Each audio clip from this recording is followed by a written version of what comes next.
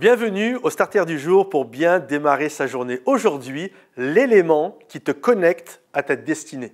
La Bible nous parle pour la première fois d'un homme qui s'appelle Saül en 1 Samuel chapitre 9.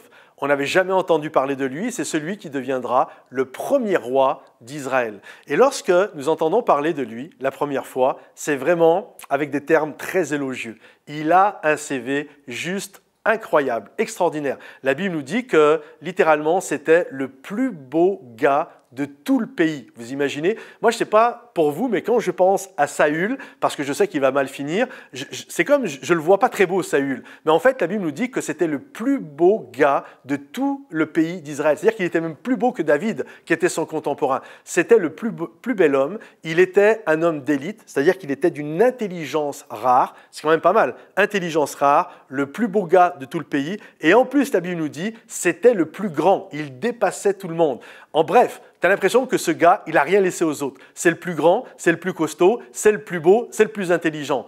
Et c'est juste extraordinaire. Et ça, c'est dans 1 Samuel chapitre 9, verset 2. Ça, c'est qui est Saül. Et puis ensuite, il nous est parlé dans le verset 3 que son papa, qui s'appelle Kish, va perdre ses ânesses. Il faut comprendre que les ânesses, à cette époque-là, c'était pas juste un animal comme un autre. C'était vraiment primordial. Il n'y avait pas de moyen, c'est une histoire qui date d'il y a 3000 ans, il n'y avait pas de moyen de locomotion. Donc l'âne était ton moyen de locomotion. C'était également comme ta camionnette pour aller travailler. Donc quand tu perdais tes ânes, ça devenait très compliqué pour toi. Et là, en fait, la Bible nous dit que Kish va demander à Saül une simple mission, celle d'aller chercher les ânesses. Et alors qu'il va chercher les ânesses, lui, il ne s'en rend absolument pas compte, mais Dieu a déjà parlé à un prophète qui s'appelle Samuel en lui disant « Il y a un homme de la tribu de Benjamin, Saül, qui va venir vers toi et tu lui donneras l'onction pour qu'il devienne le roi d'Israël. » Et c'est ce qui va arriver. À force de chercher, je vous fais une histoire courte, mais Saül va se retrouver devant Samuel, et il va recevoir l'onction pour devenir le roi d'Israël.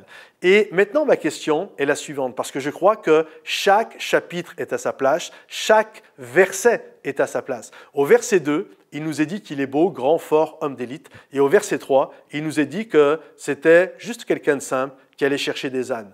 Lequel de ces deux versets a connecté Saül à sa destinée? Est-ce que c'est parce qu'il est beau, grand et fort, s'il le gars sur Instagram, tout le monde le suit, ou est-ce que, tout simplement, il a obéi à son papa en faisant quelque chose de totalement ordinaire, en allant chercher des ânes? Lequel de ces deux versets? Moi, je ne crois pas que ces deux versets sont mis côte à côte par hasard. Il y a un but, il y a un objectif. Dieu veut nous faire comprendre quelque chose. La réalité, le verset qui l'a connecté à sa destinée, c'est le fait qu'il ait obéi à son papa et qu'il ait fait quelque chose de très simple, comme celle d'aller chercher des ânes.